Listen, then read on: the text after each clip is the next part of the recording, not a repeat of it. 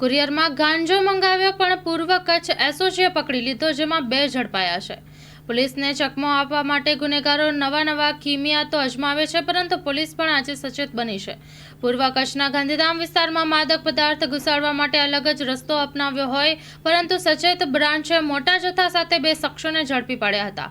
બનાવની વિગતે વાત કરીએ તો પૂર્વ કચ્છની સ્પેશિયલ ઓપરેશન બ્રાન્ચે બાતમી મળી હતી કે ગાંધીધામના બિઝનેસ આર્કેડ સુભાષનગર વિસ્તારમાં આવેલી એક્સપ્રેસ કુરિયરમાં કંઈક શંકાસ્પદ વસ્તુ આવવાની છે, જે આધારે વોચ ગોઠવવામાં આવી હતી અને તેમાં તપાસ કરતા ઓરિસ્સાથી આવેલા એક પાર્સલમાંથી મોટી માત્રામાં ગાંજાનો જથ્થો મળી આવ્યો હતો।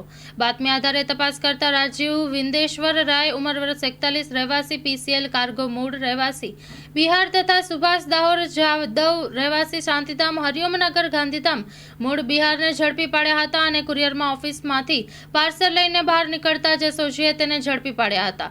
તેની પાસેથી 1.21 લાખની કિંમતનો 12 કિલોથી વધુ ગાંજાનો જથ્થો મળી આવ્યો હતો।